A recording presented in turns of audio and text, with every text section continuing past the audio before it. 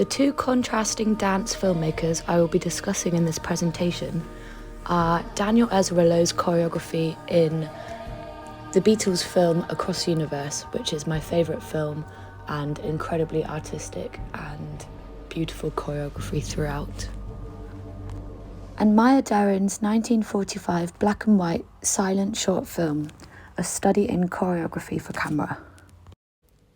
This experimental film is comprised of 22 shots.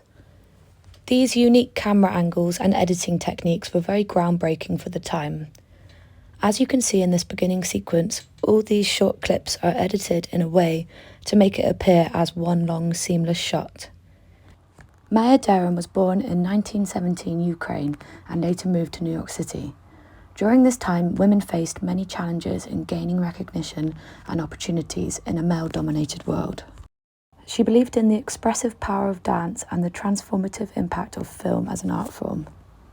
Her work challenged gender stereotypes and encouraged the inclusion of women in creative roles within the industry. She has gone down in history as a pioneer for experimental filmmaking and paved the way for future generations of female artists. There is no reason in the world why women shouldn't be artists, and very fine ones. Motion picture is a time form. What I do in my films is very distinctively, I think they are the films of a woman, and I think that their characteristic time quality is the time quality of a woman. I think that the strength of men is their great sense of immediacy. And a woman has strength to wait, because she's had to wait. She has to wait 9 months for the concept of a child. Time is built into her body in the sense of becomingness. Now, in any time form, this is a very important sense. I think that my films, putting as much stress as they do upon the constant metamorphosis, one image is always becoming another. That is, it is what is happening that is important in my films, not what is at any moment. This is a woman's time sense, and I think it happens more in my films than in almost anyone else's.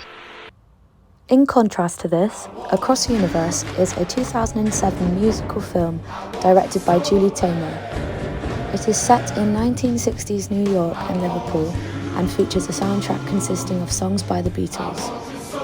Daniel Ezralow was the choreographer for this masterpiece of a film and played a key role in creating the visually striking dance sequences that enhance the movie's artistic flair. I see choreography every second. I see people moving down the streets and crossing without bumping.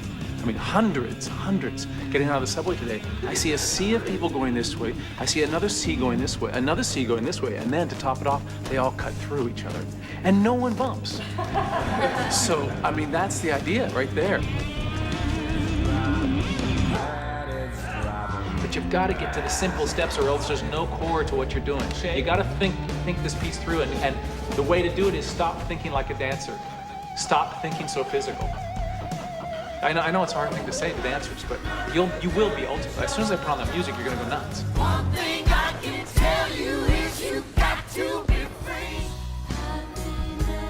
And I thought that Danny would be perfect because he straddles both the theatrical, modern dance world, but also pop.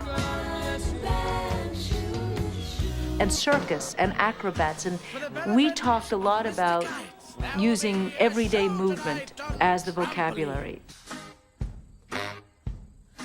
That if you look at A Little Help from My Friends, the choreography is people sliding down banisters, it's leaping up and falling into couches. The pieces that feel like they're organically coming from naturalistic movement, I think work beautifully. And I think not to explore that in a musical movie would be kind of ungutsy. It's crucial to find the pulse of today through the culture of the 60s. It's crucial.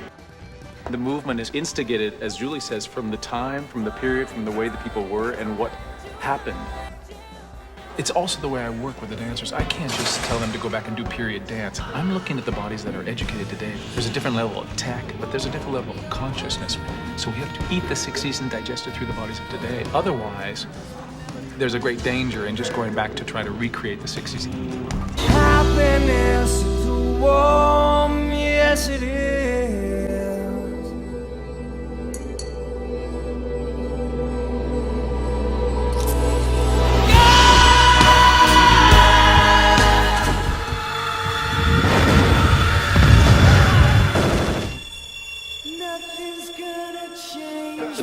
film that has paved the way for this type of film, with the kind of reality-based sensibility and then into the fantasy world of dance. And again, I think the dance should never be like there's a choreographer behind it. Chilled out.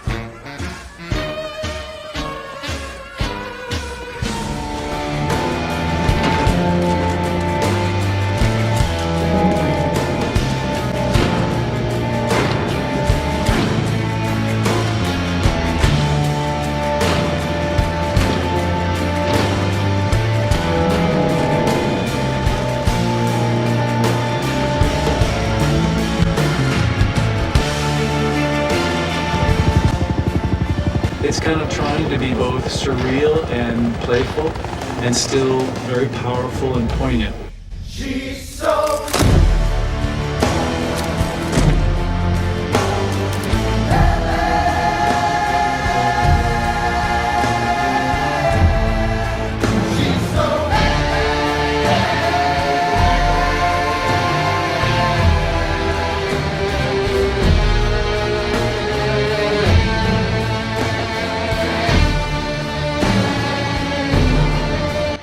It's not bringing up the past to show you a melancholic feel of the 60s.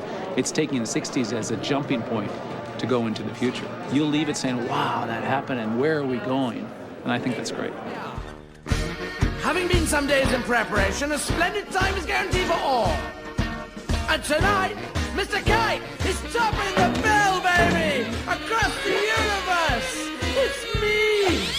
I'm on top of the bill! I'm bloody brilliant! I spent years putting it together! You gotta watch it! You gotta see it!